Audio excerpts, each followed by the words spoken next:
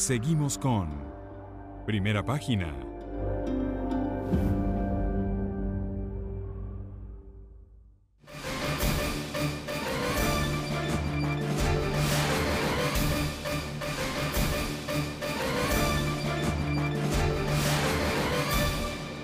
Siete 7:35 de la mañana, de vuelta con mucho más de Primera Página. Carlos Raúl Hernández, sociólogo, profesor de Ciencias Políticas, titular de la Universidad Central de Venezuela, doctor en Ciencias Políticas también, continúa con nosotros. ¿Tiene cuentas en redes sociales? Sí. En Twitter, Carlos Raúl R, es decir, las tres letras de mi apellido, las tres iniciales, R, H-E-R. También ponemos a su disposición Gabo BZLA, abreviación de Venezuela, en Twitter e Instagram. Ahí estoy con el mismo usuario a su completa disposición. ¿Qué pasó con ese discurso que dio Gerardo Blay como jefe de campaña de la Mesa de la Unidad Democrática? Dijo, el CNE alertaba que el CNE iba a anunciar unos resultados que no eran similares a los que en la oposición tenían. ¿Qué pasa que al día de hoy todavía no se demuestra qué era lo que tenían? Bueno, Gerardo es un hombre a quien yo aprecio muchísimo y me parece que es un tipo indicado para ese tipo de actividad, como ser jefe del comando, ¿no? Ahora bien, yo también estoy esperando que los candidatos, porque es que una cosa es Gerardo que está en Caracas, pero los candidatos eran los jefes de sus campañas. Es muy difícil que tú le vayas a decir a un candidato que tiene toda esa responsabilidad encima y además que es el líder, bueno, decirle muy radicalmente qué es lo que tiene que hacer. Es decir, son los candidatos los que tenían que resguardar sus votaciones.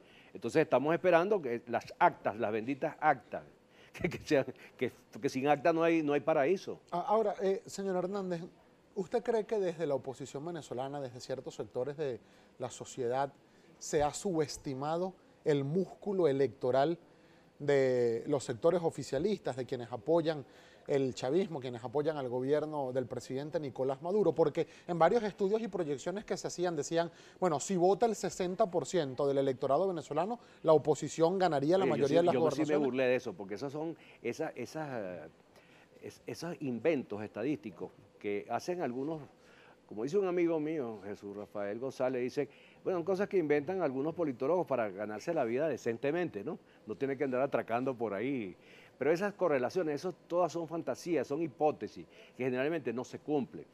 Entonces, bueno, yo me reía mucho cuando veía aquellas correlaciones perfectas, que algún mago que vio el futuro sabía cómo iba a comportarse, quién se abstenía, quién no. Bueno, el hecho concreto es que sí creo que se ha subestimado mucho al madurismo, y yo creo que además nosotros hemos contribuido con nuestro comportamiento, ese comportamiento esquizofrénico de las calles y las quebraderas de cosas y los trancones, es decir, dirigentes de la oposición que llegaron a decir cosas tan absurdas y tan aberrantes como que iban a derrotar, los ciudadanos en la calle iban a derrotar a la Guardia Nacional, porque la Guardia Nacional estaba cansada y no tenía bomba. O sea, una persona que diga eso y que al día siguiente tú lo ves llamando a votar, por supuesto que crea un ruido en la opinión pública demasiado grande.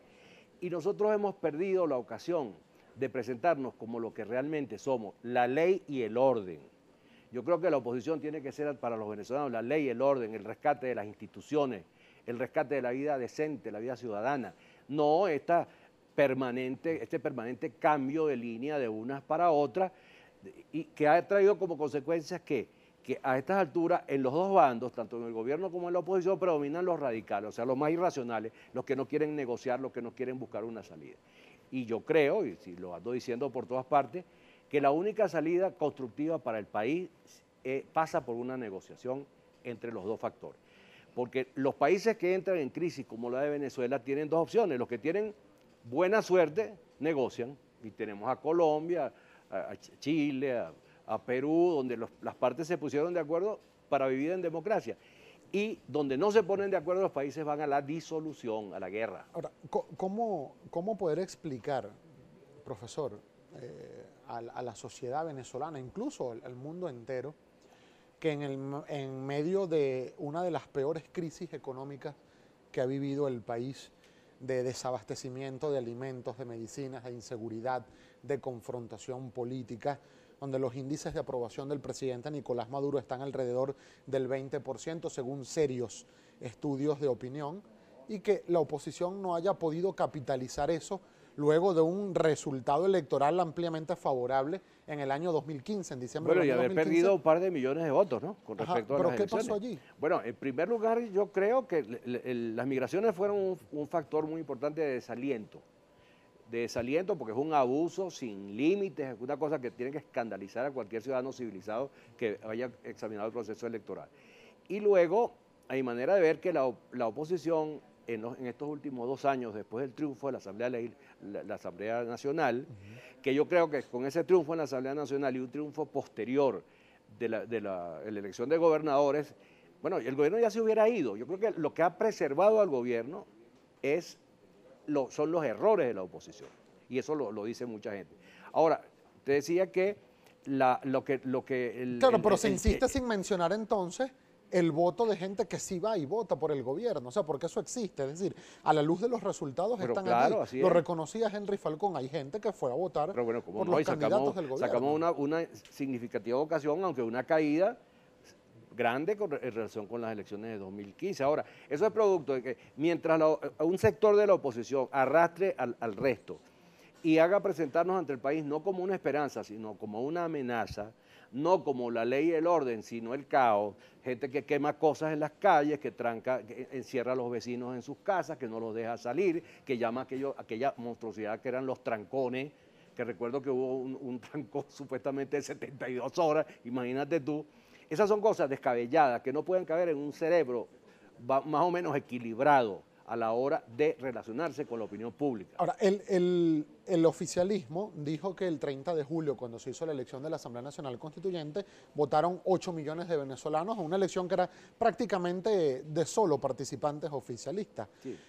Bueno, hubo una reducción importante también de acuerdo al voto nacional que obtuvieron en este 15 de octubre, que fue de 5.571.000 votos en esta elección del 15 de octubre. ¿Qué pasó con esos 8 millones? Pero tú dices lo de la constituyente. Ajá. Es una cosa privada de ellos. Es decir, a mí nadie, así como no hay actas de esta elección suficiente, ellos, los oficialistas, no tienen absolutamente nada que permita creer.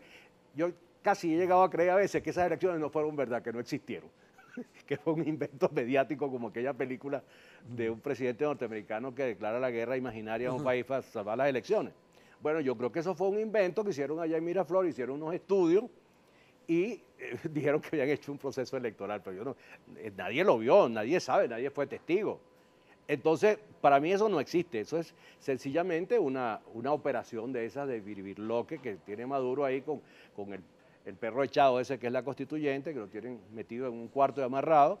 Quién sabe para qué, no será para morder a quien Maduro quiera, ¿no? Profesor, ¿a usted le preocupa que estos resultados electorales generen no solo desánimo, que ya se ha generado en buena parte del país, sino además desconfianza en una salida electoral en Venezuela? Sí, eso me preocupa mucho, porque además yo lo voy a decir desde ahorita, hay que ir a los próximos procesos electorales. Yo no sé quién fue el que dijo por ahí que si no había un cambio en el sistema, nosotros no podemos regalarle al gobierno todas las alcaldías. Hay que ir al proceso electoral. Por supuesto, hay que tratar de corregir los errores que cometimos en esta ocasión.